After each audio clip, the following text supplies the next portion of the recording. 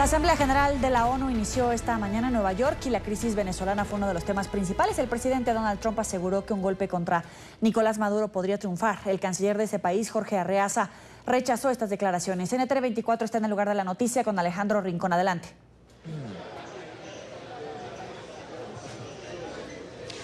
Hola Joely, televidentes del Canal de las Américas, son las 5 de la tarde y 3 minutos hora local en la ciudad de Nueva York. En esta primera sesión de debate general de los presidentes y jefes de Estado de toda la comunidad internacional reunidos en el marco de esta asamblea número 73 de la Organización de Naciones Unidas, han transcurrido distintos temas de importancia, pero sobre todo algunos de gran importancia, valga la redundancia, para el continente americano, siendo la crisis de Venezuela el argumento que mayormente se ha debatido en el transcurso de esta jornada. Arrancaba primero esta fase por las intervenciones del presidente de los Estados Unidos, Donald Trump, quien hizo un importante llamado a la comunidad internacional para que se recupere y se restablezca la democracia en territorio venezolano. Y allí también, durante esa intervención, hizo el siguiente señalamiento que ha despertado un profundo malestar de parte de Caracas. Bueno, eso es peligroso para su seguridad, es peligroso para la seguridad de su pueblo. Es un régimen que francamente puede ser acabado muy rápidamente si el ejército decide hacerlo. Ustedes vieron cómo su ejército corrió apenas oyeron una bomba sobre su cabeza. Ese ejército estaba corriendo a cubrirse. Eso no está bien. No creo que los Marines hubieran corrido. ¿Usted qué cree, General Kelly? ¿Hubieran corrido los Marines cuando oyen una bomba? Alejandro, un debate interesante, importante sobre las palabras puntuales, porque ya escuchábamos al propio presidente Donald Trump diciendo que cree que un golpe militar contra Maduro podría triunfar rápidamente si las Fuerzas Armadas se decidieran a hacerlo. Y ya hubo reacción, por supuesto, de Venezuela a estos dichos del presidente de Estados Unidos. Joely, es un hecho que este intercambio de palabras, por una parte, ha escalado rápido a raíz de justo esas declaraciones que ustedes acaban de ver de parte del presidente Donald Trump, pero poco después de parte de palabras entregadas por el canciller venezolano Jorge Arreaza, también aquí en la Organización de Naciones Unidas, en donde por una parte rechazaba ese pronunciamiento de Donald Trump que es visto como una amenaza directa a Caracas, pero también en esas palabras que entregaba el canciller Jorge Arreaza aseguraba que cualquier tipo de intervención militar en territorio venezolano, por una parte, no terminaría bien, sino que incluso se atrevió a establecer un paralelo con la intervención de los Estados Unidos en Vietnam.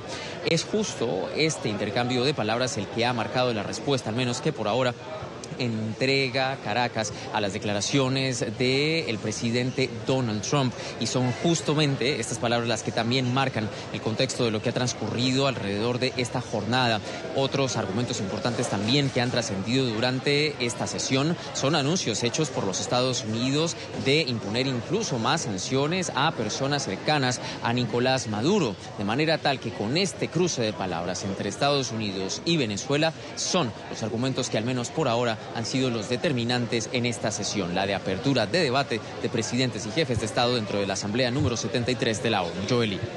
Gracias, Alejandro. Y sin duda ha sido el tema central de Venezuela en la Asamblea de la ONU. Varios mandatarios han manifestado su solidaridad con los venezolanos que han tenido que abandonar su país. En América del Sur, todo el mundo es consciente de que estamos viviendo una ola migratoria de grandes proporciones. Se estima que más de 1 millón de venezolanos ya han salido de su país en busca de nuevas condiciones de vida. Brasil ha recibido a todos los que han llegado a nuestro territorio.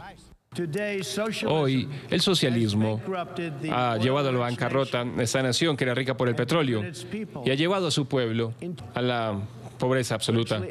Virtualmente en cualquier parte que el socialismo o el comunismo ha sido intentado, ha producido sufrimiento, corrupción y decadencia.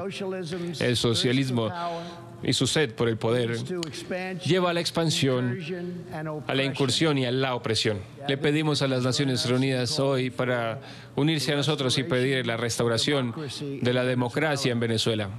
Cuando los gobiernos desvían su objetivo de cuidar a los más pobres y necesitados, esa población busca mejores oportunidades fuera de su tierra, lejos de los suyos. Nadie abandona la tierra amada por voluntad propia.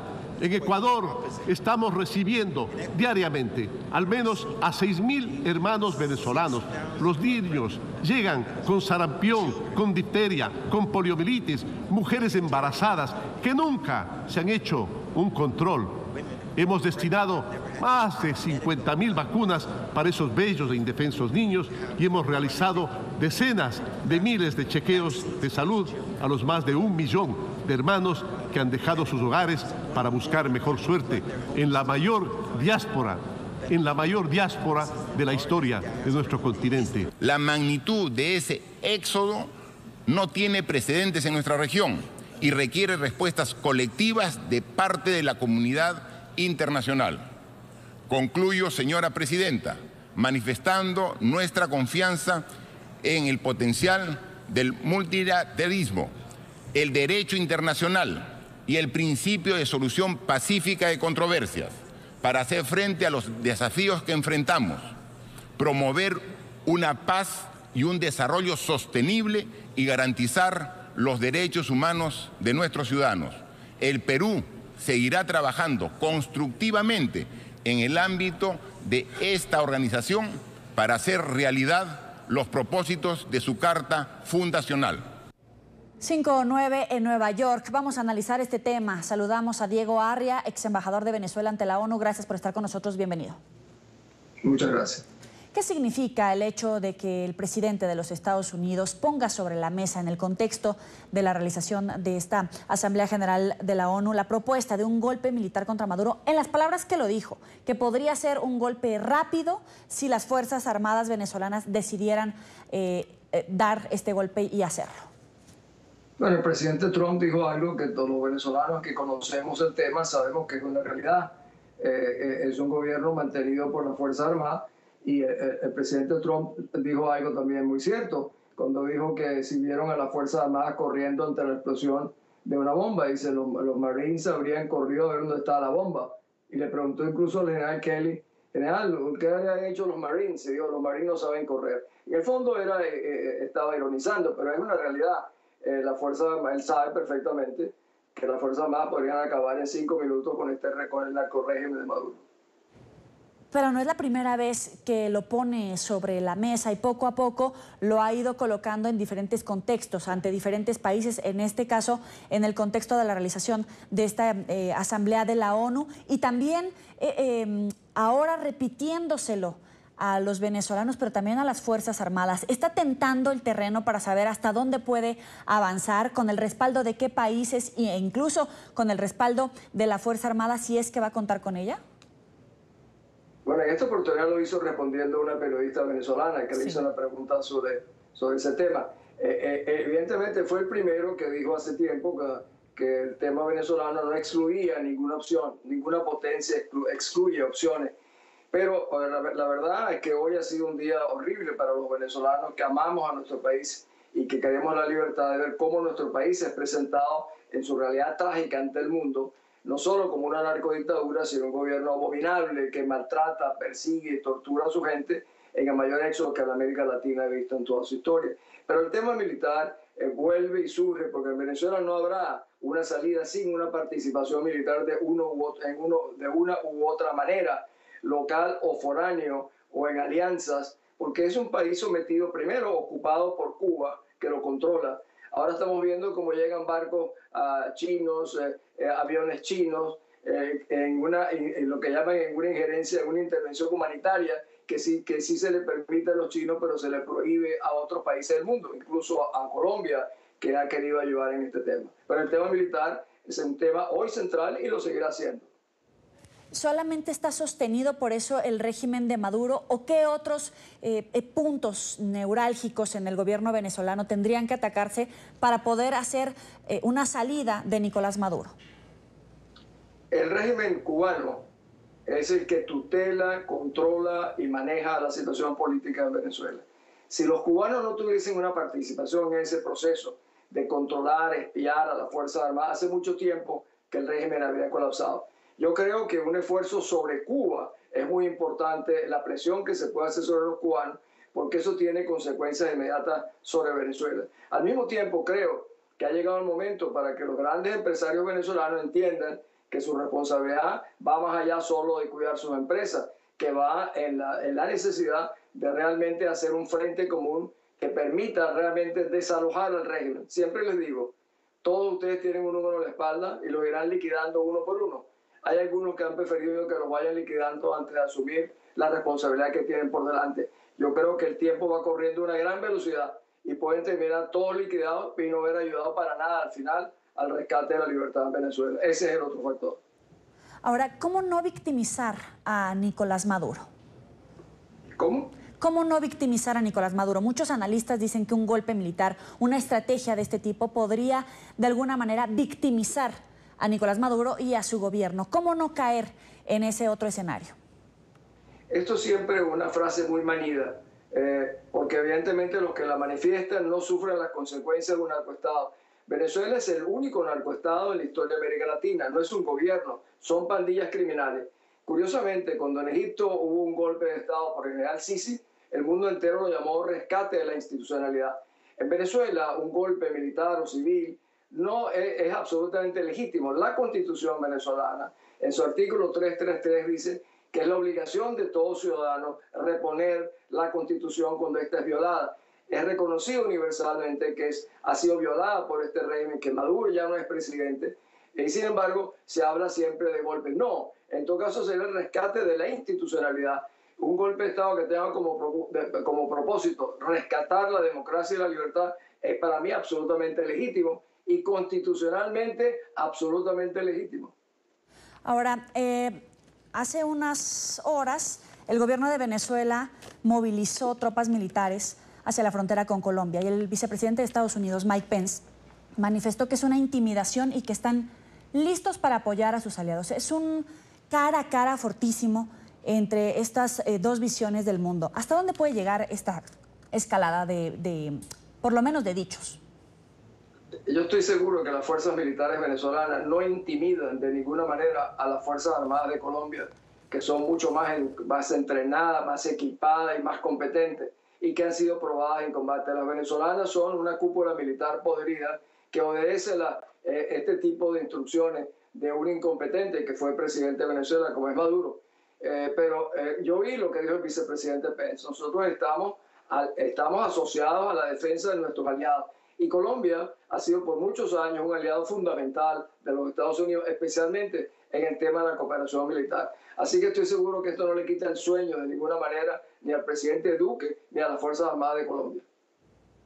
Ahora, la comunidad internacional está cerrando el cerco sobre el régimen venezolano. Los gobiernos de 5 países de América Latina firmarán en Nueva York una demanda en contra del gobierno de Nicolás Maduro que presentarán ante la Corte Penal Internacional. Acusan al mandatario venezolano de cometer crímenes de lesa humanidad. Aunque se esperaba que los cancilleres de Argentina, Colombia, Chile, Paraguay y Perú hicieran el anuncio formal hoy, la conferencia de prensa fue pospuesta para mañana. ¿Este cerco de alguna manera está abriéndole varios frentes a Nicolás Maduro? Bueno, una de las razones por la cual fue propuesta, porque creo que hay un país muy importante que se va a sumar para suscribir esa denuncia ante la Corte Penal Internacional a un gobierno abominable que ha cometido crímenes atroces. Yo creo que esto es un paso muy importante que no solamente tiene una consecuencia internacional, tiene una consecuencia dentro de nuestro propio país. Hablando de las propias Fuerzas Armadas, ahí se verán retratados la corresponsabilidad que tienen en actos de la Comisión de Actos, Crímenes de Lesa Humanidad, y tendrán que revisar, reevaluar si siguen manteniendo a un régimen que el mundo considere como un Estado abominable por la Comisión de Crímenes de Lesa Humanidad. Y el cerco, como decía, el cerco profiláctico comienza a apretar realmente a las pandillas que controlan a Venezuela. Les repito, Venezuela no tiene un gobierno y eso es lo importante que el mundo tiene que entender. Tenemos pandillas que controlan el régimen venezolano, que controlan el Estado venezolano, que han secuestrado al país y han secuestrado su patrimonio y que representan un peligro ya no solo para Venezuela, sino para la región en su conjunto. Venezuela no puede seguir siendo vista como el problema venezolano. Nosotros somos un problema regional y en cierta medida hasta mundial. Ahora, Estados Unidos también ha anunciado una nueva ronda de sanciones contra la primera dama y la cúpula madurista. Incluso ya hubo reacciones desde Venezuela. Dicen, Nicolás Maduro decía que si tenían algún problema con él, tendrían que tratarlo con él y no contra la primera dama. En este sentido, ¿hasta dónde pueden llegar estas sanciones? ¿Es una medida también de presión eficiente? La primera dama, como la llaman, ellos la llaman la primera combatiente, tiene 2 sobrinos, un hijo adoptivo, procesados por narcotraficantes en los Estados Unidos, están presos. Tiene a un hermano también vinculado al mismo tema. Ella misma y su marido, el señor Maduro, también, como también está el ministro de la Defensa, Padrino, como está el Chapo Cabello, alias Diosdado Cabello, como está el vicepresidente de la República. Esto significa que las pandillas criminales, como está Delcy Rodríguez, su hermano Jorge Rodríguez, el gobierno americano, el Tesoro, después de documentar muy bien e investigar, ha llegado a la conclusión de que a estos jerarcas hay que penalizar. Las sanciones son individuales, no es contra Venezuela, es contra los jerarcas participantes en las pandillas criminales que tienen realmente sometido a los venezolanos.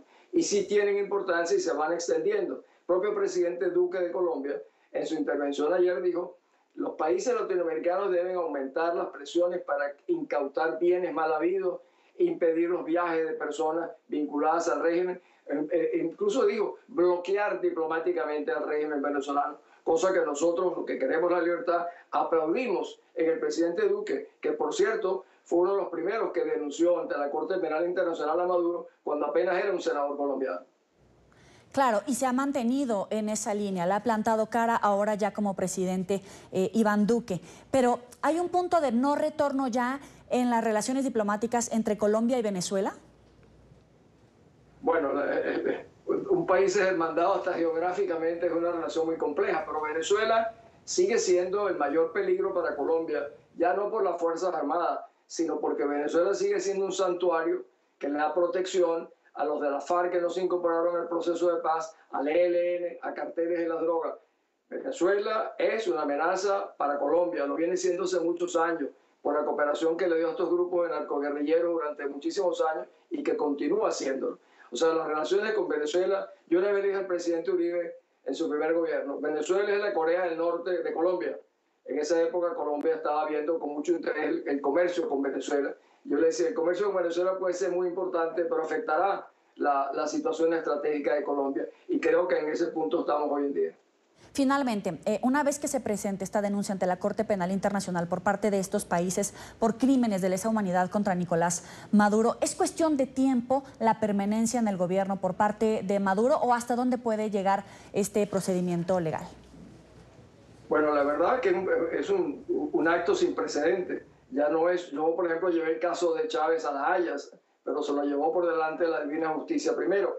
Pero que sean 5 gobiernos tan democráticos y con alta responsabilidad de América Latina y uno que se va a agregar, creo, mañana fuera de los países latinoamericanos, es un acto sin precedente, pero que implica una dimensión importantísima y creo que esto va, sin la menor duda, a acelerar el proceso de la Corte. La fiscal de la Corte, Besuda, ha sido muy lenta, muy demorada en la tramitación de las denuncias que se han presentado ante la Corte Penal Internacional, porque han sido presentadas por ciudadanos, así como fue por el senador Duque y otros, y algunos otros venezolanos. En este caso son gobiernos. Esto debería, teóricamente, acelerar el proceso ante la Corte, ante la Fiscalía, para que proceda ya no a abrir realmente una averiguación formal sobre el caso venezolano, que no puede esperar mucho más. Aquí no se puede esperar como se hizo con Viroso, 10 años. Los venezolanos mueren todos los días o escapan todos los días de la desgracia de un país maltratado, perseguido y vulnerado por este narco régimen de Maduro. Ya hablamos de las opciones militares del concierto internacional, de este procedimiento ante la Corte Penal Internacional, pero en este momento en donde en la Asamblea General de la ONU se debate la crisis venezolana, escuchamos una y otra vez denuncias de violaciones a los derechos humanos, de la crisis humanitaria, pero al venezolano de a pie parece que no le beneficia en nada este debate y estos discursos. ¿Cómo avanzar para el beneficio de los venezolanos? Porque ni siquiera se ha abierto un canal humanitario. Es verdad. Pregunto a una persona que no puede tener diálisis, su padre o su madre, o que sus hijos se mueren de hambre, y decirle que se está discutiendo en las Naciones Unidas si se violan los derechos humanos no es un alivio para nada. El hecho que sí se discuta la aplicación de una doctrina de la responsabilidad de proteger sería otra cosa. El mundo tiene que entender que cuando se hizo el Estatuto de Roma no se incluyó un capítulo que dijera prohibido desatar una guerra de atrición para la aniquilación de un pueblo, como está haciendo el régimen venezolano. Eso implica realmente pensar en distintas maneras de resolver este problema. No puede ser la manera convencional de que las partes se sienten. Las partes no se pueden sentar porque hay un lado criminal, absolutamente criminal, armado, y un lado desarmado, que somos los venezolanos, que en un 90% queremos salir del régimen. Pero las expectativas por una intervención externa, yo la veo como una posibilidad, pero con pocas probabilidades, porque muchos dirigentes, incluso políticos venezolanos, les preocupa el hecho de que vengan ayudas del exterior, porque temen que esto los puede desplazar de las pequeñas posiciones que ellos creen que pueden tener en el futuro del manejo de la política en Venezuela. Es una lástima, es trágico, pero esa es la realidad. Pero el vicepresidente de Estados Unidos también anunciaba un apoyo para los venezolanos. ¿Hasta dónde en realidad puede estar manejando la situación Estados Unidos? Porque por un lado extiende la ayuda para los venezolanos, pero por el otro también pone sobre la mesa la intervención militar. ¿Hasta dónde y de qué manera se puede hacer esta negociación? Bueno, la ayuda de los Estados Unidos a los venezolanos que están huyendo. Por ejemplo, ayudar en Colombia, que ha sido tan generoso, pero el éxodo venezolano comienza a presionar la estructura asistencial, educativa de Colombia, de Ecuador, de Perú. O sea, nos hemos convertido en una carga muy seria y los países como Colombia, Ecuador, Perú, Argentina han sido muy generosos en entender de que esta no es una realidad permanente. El tema militar, por eso es que yo digo que la importancia que tiene llevar a Maduro a la Corte Penal Internacional es decir a los militares, miren, véanse en ese espejo. Hoy es Nicolás Maduro el que va a ser procesado como criminal por delitos que no prescriben jamás. Después vienen ustedes, la cúpula militar corrupta, asociada, que ha hecho posible todos estos crímenes. Véanse en ese espejo, porque esto les puede costar a ustedes y a su familia muchísimas penas. Yo creo por eso que el tema ante la Corte Penal Internacional jugará un papel muy importante y tenemos que presionar para que así sea. Le agradezco a Diego Arria, ex embajador de Venezuela ante la ONU, por estar con nosotros aquí en la tarde de NTN 24. Muchas gracias a ustedes.